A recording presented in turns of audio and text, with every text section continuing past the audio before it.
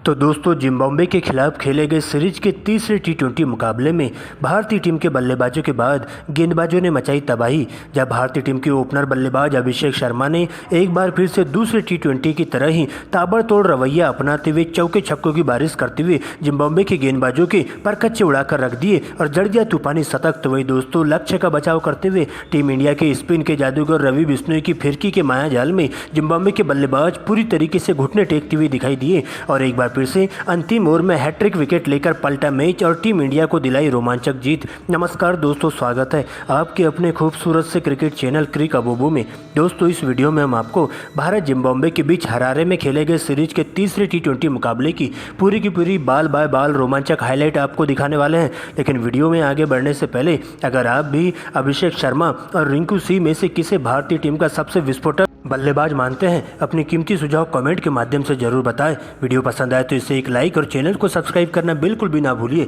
तो दोस्तों तीसरे टी20 मुकाबले में एक बार फिर से भारतीय टीम के कप्तान शुभमन गिल ने इस मुकाबले में टॉस जीता और टॉस जीतते ही पहले बल्लेबाजी करने का फैसला किया और जिम्बाब्वे की टीम को गेंदबाजी करने के लिए आमंत्रित किया। दोस्तों इसके बाद भारतीय पारी के लिए रनों की बारिश करने के इरादे से भारतीय टीम के दो धाकड़ ओपनर बल्लेबाज कप्तान शुभमन गिल और बाएं हाथ के विस्फोटक बल्लेबाज अभिषेक शर्मा की एंट्री होती है। वही दोस्तों जिम्बाब्वे के लिए पहले ओवर की गेंदबाजी करने आते स्पिन गेंदबाज ब्रेनेट, जहां पर दोस्तों पहले ओवर में उनका सामना होता है अभिषेक शर्मा से और ओवर की तीसरी ही गेंद पर अभिषेक शर्मा 98 मीटर का करारा प्रहार करते हुए मिड ऑन के ऊपर से छक्का जड़ देते हैं। जबकि दोस्तों इसी ओवर की अंतिम गेंद पर एक और जोरदार छक्का उनके बल्ले से देखने को मिलता है और पहले ओवर में टीम इंडिया बिना विकेट गंवाए 12 रन बना लेती है। लेकिन दोस्तों इसके बाद दूसरे ओवर में तेज गेंदबाज मुजरबानी की एंट्री होती है और आते ही टीम इंडिया को पहला बड़ा झटका कप्तान शुभमन गिल के रूप में लगता है, जहां पर दोस्तों उन्हें कॉटन बोल्ड कर दिया जाता है और एक बार फिर से शुभमन गिल पिछले मुकाबले की तरह ही सस्ते में अपना विकेट गंवाते हुए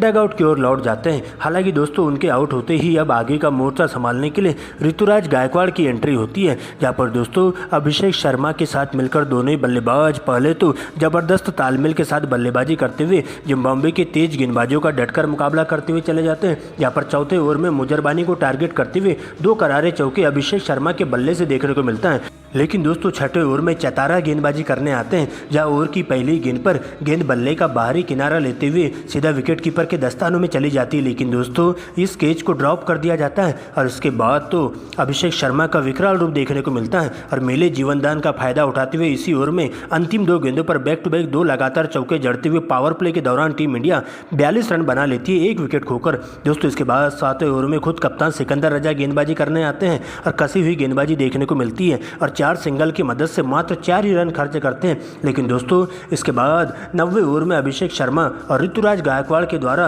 विकराल रूप देखने को मिलता है और जोंगवे को टारगेट किया जाता है और इसी ओवर में बैक टू बैक दो चौके और दो छक्कों की मदद से 20 रन बटोरे जाते हैं और इसके बाद तो दोनों ही बल्लेबाज यही नहीं रुकते हैं, लगातार स्ट्राइक रोटेट करते हुए जिम्बाब्वे के तेज गेंदबाजों के साथ साथ स्पिन गेंदबाजों के धागे खोलना शुरू कर देते हैं। यहाँ पर 10वें ओवर में मायर्स को टारगेट किया जाता है और अभिषेक शर्मा इसी ओवर में बैक टू बैक 3 लगातार छक्के जड़ देते हैं और मात्र 26 गेंदों में ही अपनी हाफ सेंचुरी पूरी कर लेते हैं और 10 ओवर की समाप्ति के बाद टीम इंडिया का स्कोर एक विकेट खोकर 84 रनों तक पहुंच जाता है, जहां अभिषेक शर्मा तूफानी 68 की पारी खेल लेते हैं। लेकिन दोस्तों दूसरे छोर से लगातार स्ट्राइक रोटेट करने का काम करते हुए चले जाते हैं ऋतुराज गायकवाड़, जहां देखते ही देखते इन दोनों ही बल्लेबाजों के बीच में एक 68 की साझेदारी देखने को मिलती है और भारतीय टीम का स्कोर 12 ओवर की समाप्ति के बाद 100 रनों तक पहुँच जाता है। लेकिन दोस्तों इसके बाद दोनों ही बल्लेबाज मिलकर पूरी तरीके से नजरें जमाते हुए सेट हो जाते हैं और इसके बाद 13वें ओवर से अपने हाथ खोलते हुए 5वें गेयर में बल्लेबाजी करना शुरू कर देते हैं, जहां पर 13वें ओवर में सिकंदर रजा के एक ही ओवर में 2 छक्के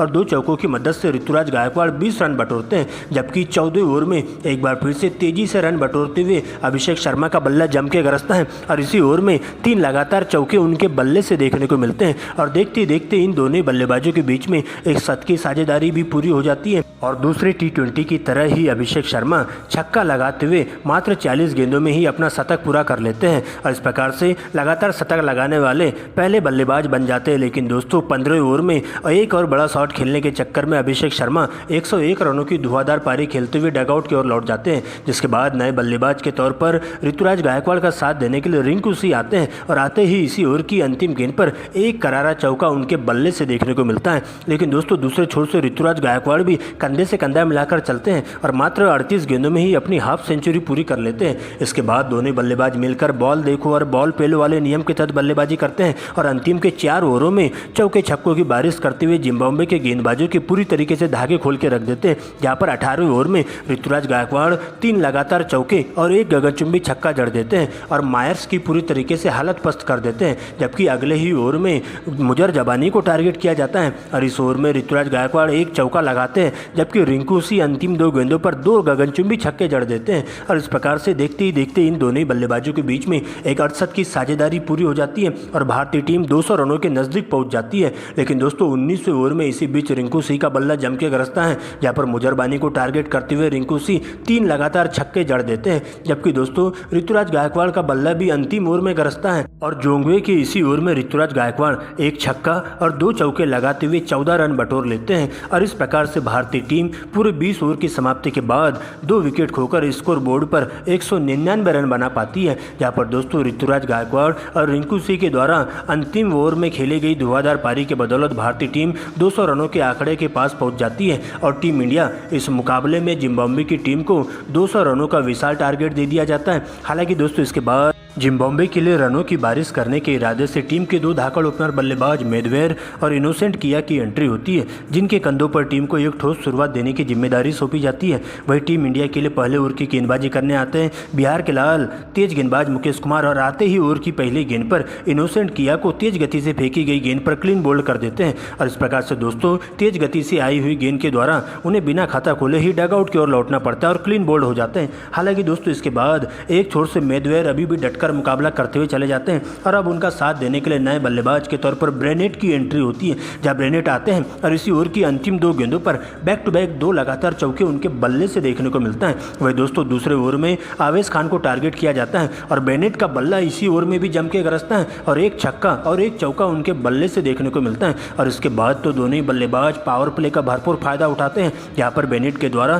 तेज गति से रनों की बारिश देखने को मिलती है। लेकिन इसी बीच 6वें ओवर में इस पनपती हुई साझेदारी के ताबूत में कील ठोकने के लिए एक बार फिर से टीम इंडिया के तेज गेंदबाज मुकेश कुमार आते हैं और भारतीय टीम के लिए खतरा बन रहे बेनेट को अपना शिकार बनाते हैं। जहां पर दोस्तों उन्हें एक बाउंसर गेंद पटककर सीमा रेखा के पास कैच आउट कर दिया जाता है और इस प्रकार से बेनेट की 22 रनों की धुआंधार पारी का अंत कर दिया जाता है और जिम्बाब्वे की टीम को 40 के स्कोर पर ही दूसरा बड़ा झटका बेनेट के रूप में लगता है। जहां पर बेनेट 9 गेंदों का सामना करते हैं और 22 रनों की धुआंधार पारी खेलते हुए डगआउट की ओर लौट जाते हैं। दोस्तों इसके बाद नए बल्लेबाज के तौर पर मायर्स आते हैं, जहां पर दोस्तों 6 ओवर की समाप्ति के बाद टीम का स्कोर 40 रनों पर रुका रहता है। लेकिन दोस्तों आवेश खान आते हैं और 7वें ओवर की पहली गेंद पर मायर्स को एलबीडब्ल्यू आउट कर देते हैं और इस प्रकार से मायर्स बिना खाता खोले ही पहली गेंद पर सस्ते में अपना विकेट गंवाते हुए डगआउट की ओर लौट जाते हैं और टीम को 42 के स्कोर पर ही तीसरा बड़ा झटका देखने को मिलता है। इसके बाद कप्तान सिकंदर रजा आते हैं, जहां पर दोस्तों 7वें ओवर की अंतिम गेंद पर एक कवर ड्राइव उनके बल्ले से देखने को मिलती है,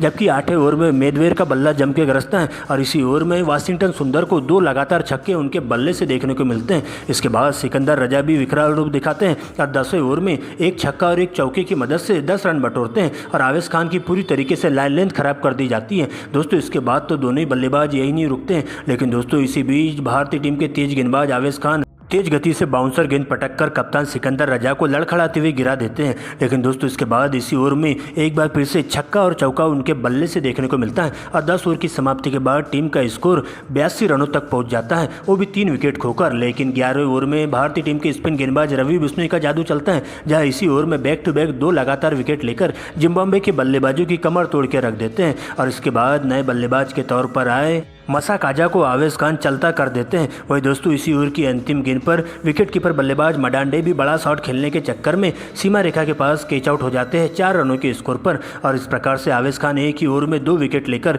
जिम्बाब्वे के बल्लेबाजों की कमर तोड़ के रख देते हैं। लेकिन दोस्तों इसके बाद 15वें ओवर में एक बार फिर से भारतीय टीम के स्पिन गेंदबाज रवि बिश्नोई के द्वारा घातक गेंदबाजी देखने को मिलती है, जहां रवि बिश्नोई बाकी के बल्लेबाजों का चालान काटते हुए सुपड़ा साफ करना शुरू कर देते हैं। जहाँ पर दोस्तों 15वें ओवर में एक बार फिर से रवि बिश्नोई खतरनाक गेंदबाजी करते हुए अंतिम के बल्लेबाजों को सस्ते में विकेट गंवाने के लिए मजबूर कर देते हैं, जहाँ पर बाकी के बल्लेबाज बिल्कुल भी हाथ नहीं खोल पाते हैं और एक के बाद एक सस्ते में अपना विकेट गंवाते हुए डगआउट की ओर लौटना शुरू कर देते हैं। जहाँ पर 15वें ओवर में 2 विकेट लेकर पूरी तरीके से मैच में भारतीय टीम को जीत की दहलीज पर लाकर खड़ा कर देते हैं। वही दोस्तों इसके बाद 18वें ओवर में एक बार फिर से भारतीय टीम के स्पिन गेंदबाज रवि बिश्नोई बिश्नोई अंतिम विकेट लेकर इस मुकाबले में भारतीय टीम को 70 रनों से ऐतिहासिक जीत दर्ज करवा लेते हैं। यहाँ पर दोस्तों अंतिम विकेट के तौर पर जिम्बाब्वे का मेदवेर के रूप में विकेट गिरता है, जहाँ पर मेदवेर कुछ अच्छे शॉट्स लगाते हुए इस मुकाबले में अपनी टीम के लिए लड़ते हुए दिखाई देते हैं। लेकिन इसके बाद रवि बिश्नोई अपनी गेंदबाजी से पूरी तरीके से चकमा देती हुई दिखाई देते हैं और अंतिम विकेट लेकर भारतीय टीम को इस रोमांचक मुकाबले में